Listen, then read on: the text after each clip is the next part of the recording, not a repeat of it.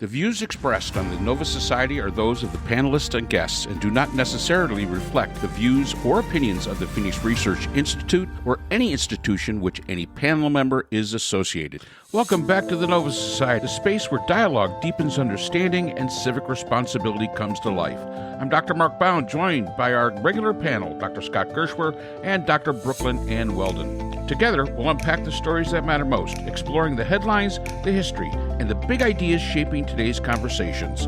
Let's dive in and hear what the panel has for us today.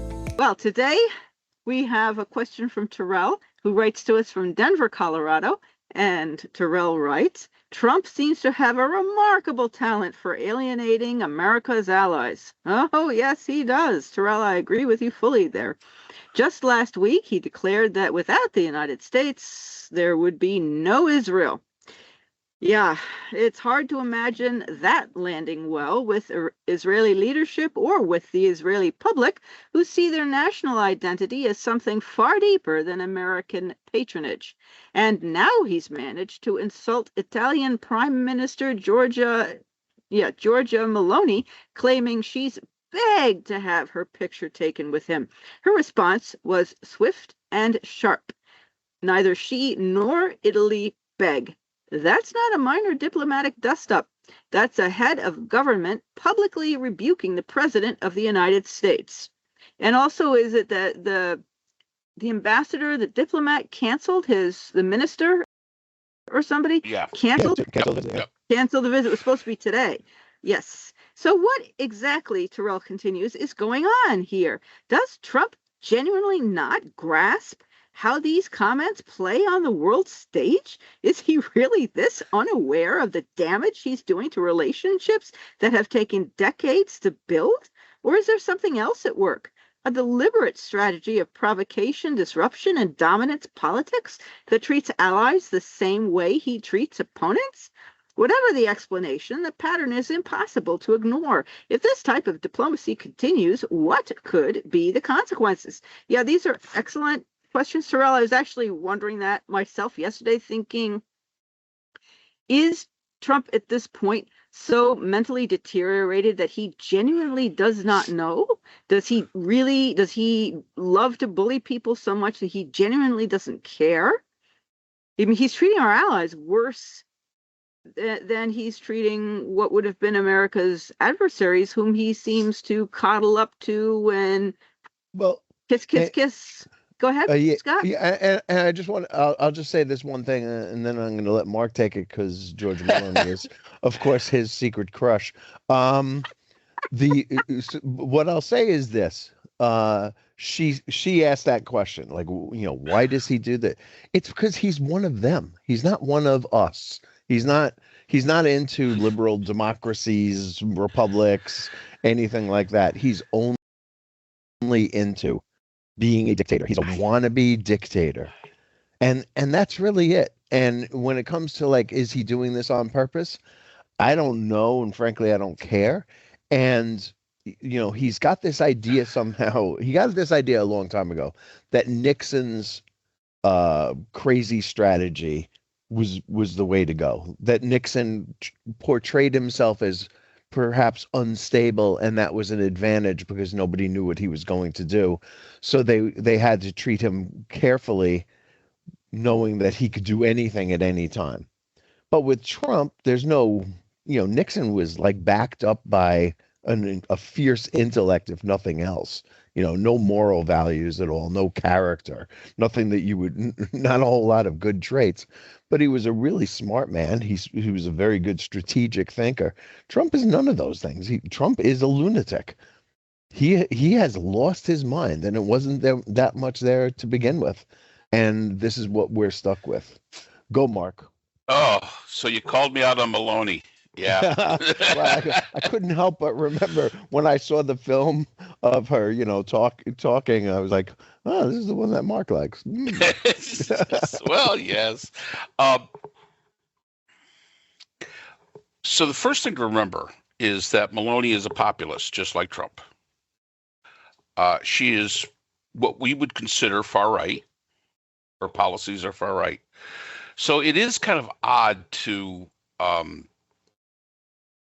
I don't know, alienate somebody like Meloni, who basically is the Italian version of Trump light, if we wanted to look at it that way. But here's the thing. This goes to more the misogyny of Trump. And yes, the fact is that, Meloni is a very attractive world leader. No doubt about that. And this is just him making a statement through misogyny, saying, hey, this pretty woman is begging to have their picture taken with me. That's really what it comes down to. There is no great grand plan. And I agree with Scott. Nixon was a horrible, horrible human being, but he was a strategist. He knew what he was doing. And he had a lot of good people behind him at the time who knew what they were doing. So it's almost impossible to compare the two. I just think this is Trump being Trump. And again, with Meloni, it's the misogyny coming out. With Israel, it's the arrogant hubris coming out. To say that Israel would not exist without the United States is unfathomable. The real, and as you point out, Brooke, yes, the minister that was supposed to visit the United States canceled the visit.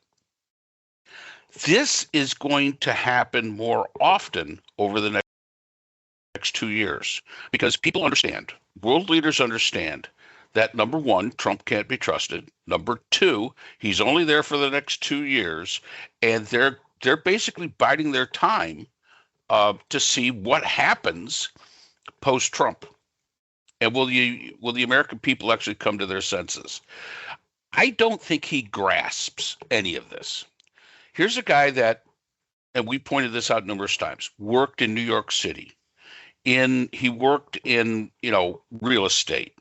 And you don't work in real estate at that level in New York City without having some ties to what we would call the mob. And this is the way the mob talks.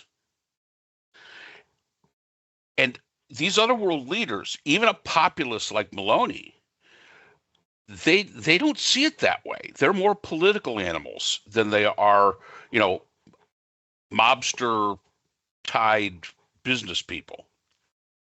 So they don't understand really what to do with this. I love her comment. I nor Italy beg.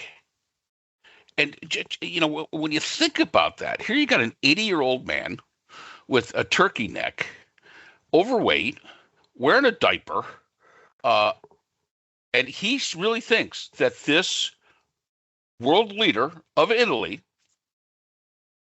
can be bullied by misogyny, and it doesn't work. It really does not work. So this is so absolutely uncouth, unpresidential. And a lot of women in this country, if you're not listening, if you're not paying attention to really what the focus, why this happened, the misogyny, then you're not paying attention about anything, because that's what this is. And my hope would be that these women who are a huge, powerful voting bloc here in the United States would look at this for exactly what it is. An old, dirty man, or a dirty old man, basically, I don't know, just, saying whatever he thinks he can say, and, being disrespectful to not only the leader of Italy, but a woman. See it for what it is.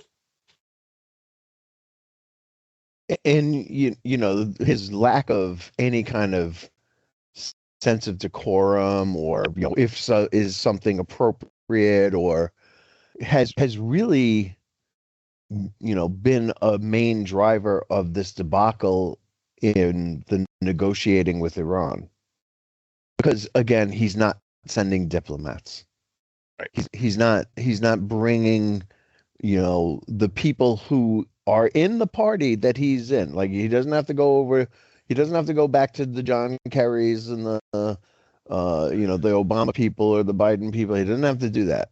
There are people in the Republican Party who are extremely qualified diplomats that he could tap into and send over there, who probably have some experience dealing with, dictators and dealing with this kind of government that they have there, and he's not doing it. He's relying on a buddy and his son-in-law, who look like they've got one eye on peace and the other eye on opportunities for themselves, and that's creating a huge problem. And there's so much dissonance in our approach to Iran that the situation has become completely chaotic, and we have basically just handed them the keys to everything.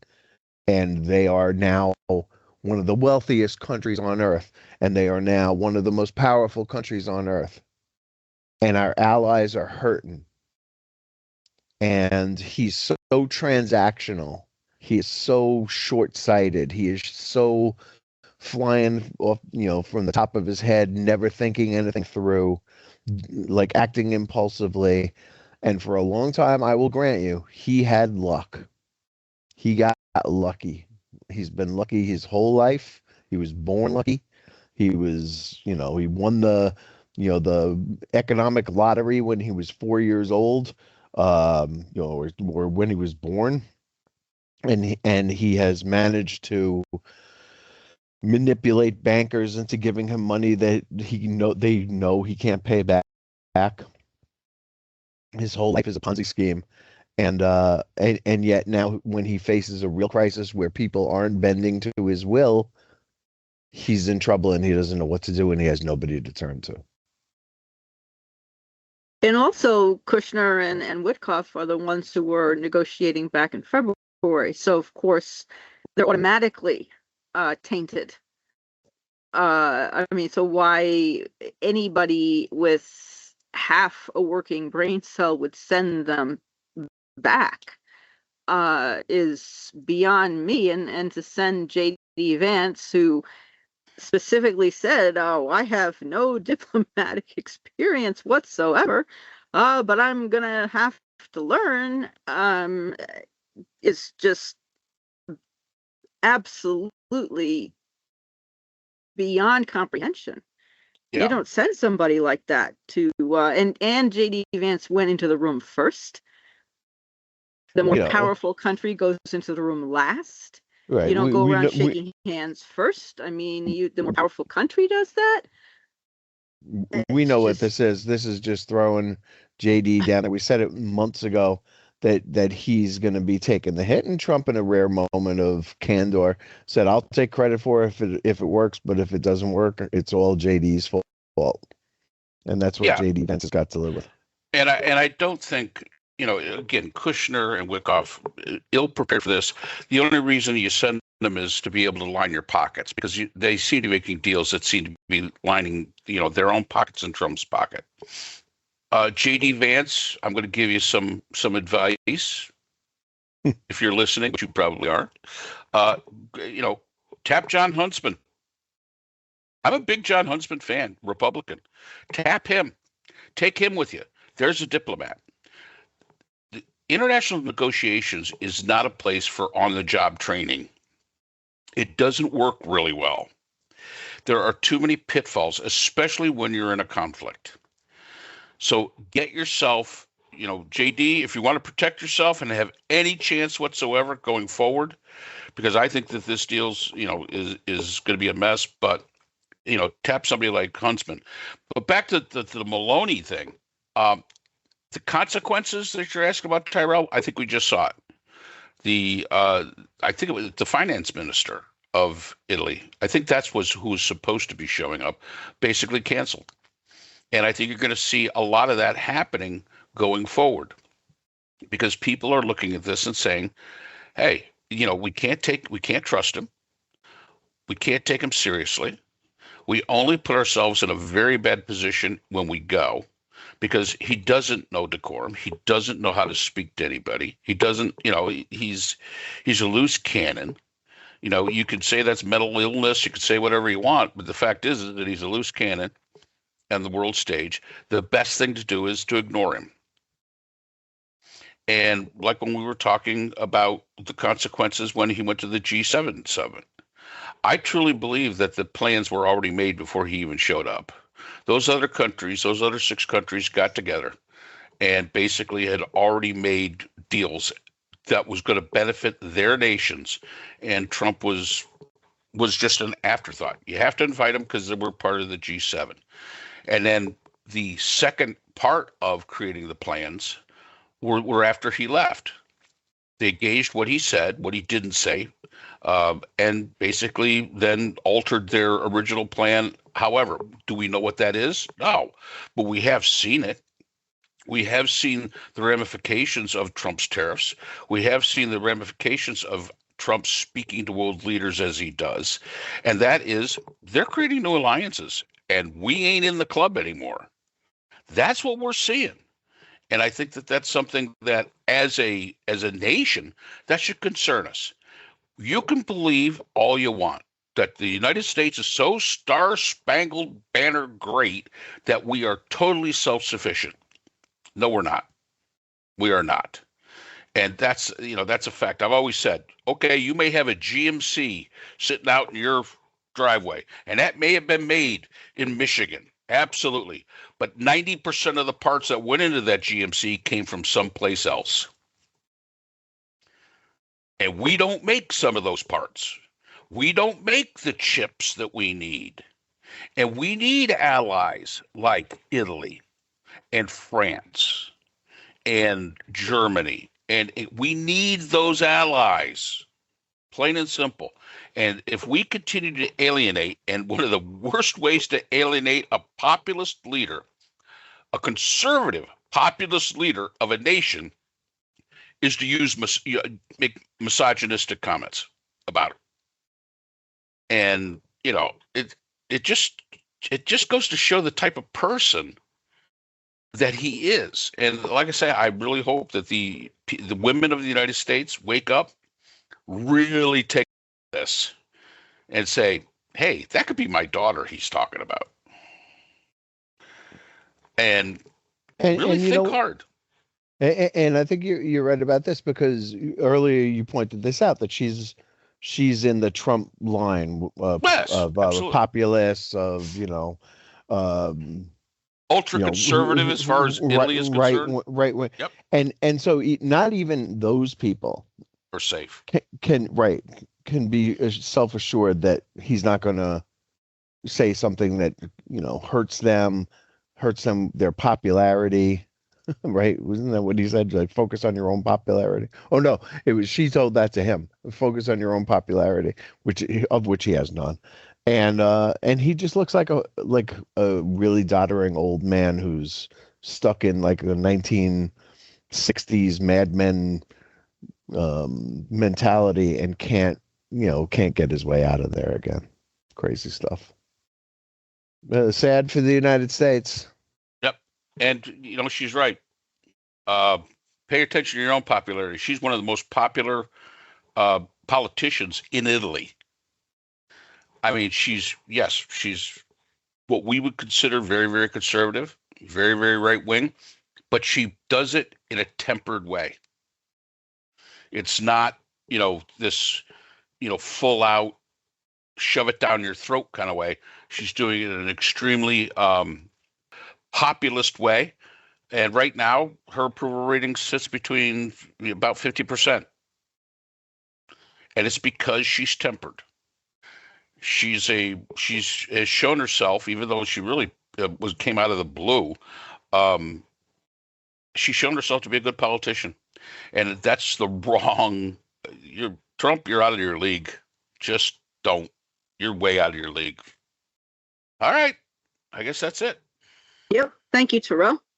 And that's all the time we have for today's episode. The Nova Society is a production of Nova Society Media, a division of the Phoenix Research Institute. We want to thank our production partners, Buzzsprout, who hosts the Nova Society, Audacity, our editing team, Apple Podcasts, the largest source of podcast and music online, Spotify, the most popular platform for the Nova Society, and iHeartRadio, your destination for all things music and podcasting.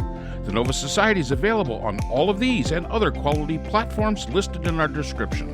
And most importantly, we want to thank you, our listeners. Without your support, the Nova Society could not be possible.